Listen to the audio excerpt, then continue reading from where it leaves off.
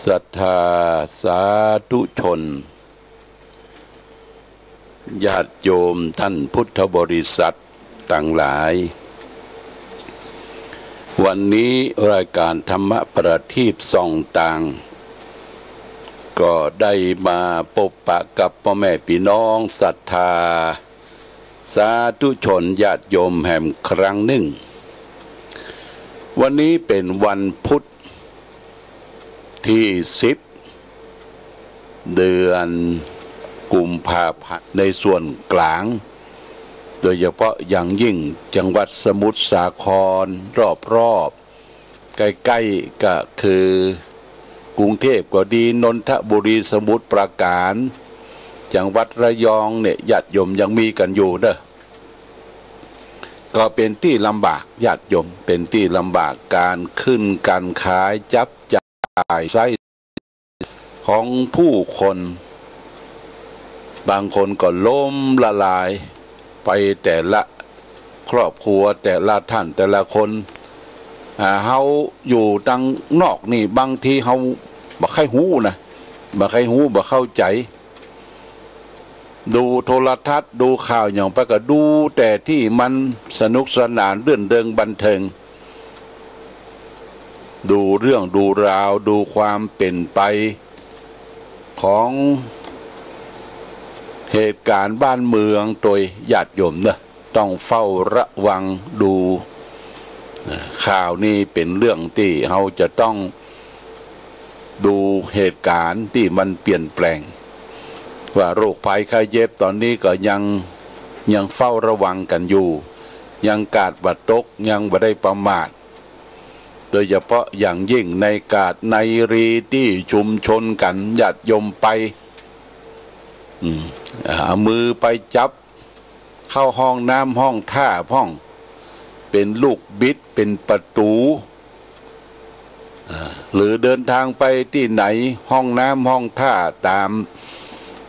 ปั๊มน้ำมันที่สาธารณประโยชน์นี่ก็ต้องระมัดระวังเช่นเดียวกันของกินของเครื่องอุปโภคบริโภคของกินของใช้ดีก็ต้อง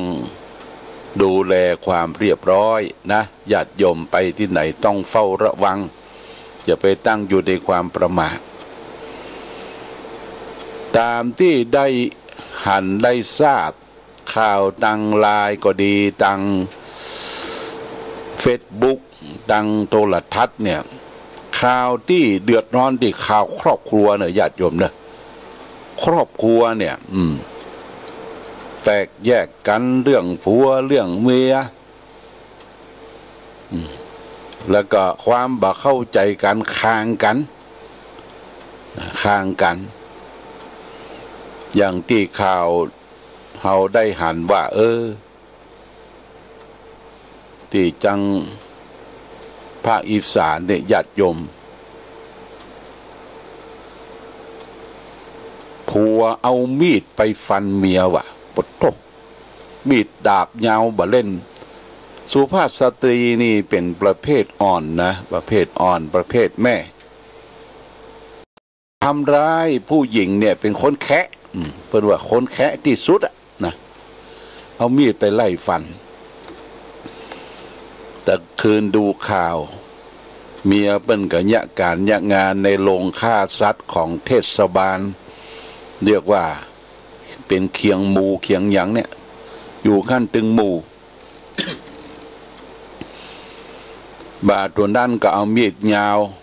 มีดดาบเนี่ยเข้าไปเลยนะ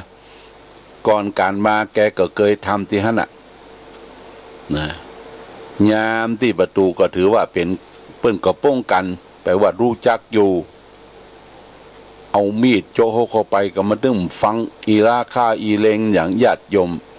เอามีดไปไล่ฟันแฟนปักเสร็จแล้วจนว่าแฟนเก่าคนเนี้ยไปโจรจอกแต่ยังฟันอยู่ฟันกลางหลังนี่มีดดาบนี่คงจะมาให้คมตะใดแล้วเอามีดดาบออกแล้วก็เอามีดซุยมีดน้อยจักแขนเมียมาแหมวะจะเขียนแม่มาทางนอก เมียมันก็อ่อนร้าเตียวโบบพดละมูชายชักกันที่เคยทำงานตัวงานก็ลุ่มอ่ะเปิ้นก็ลุ่ม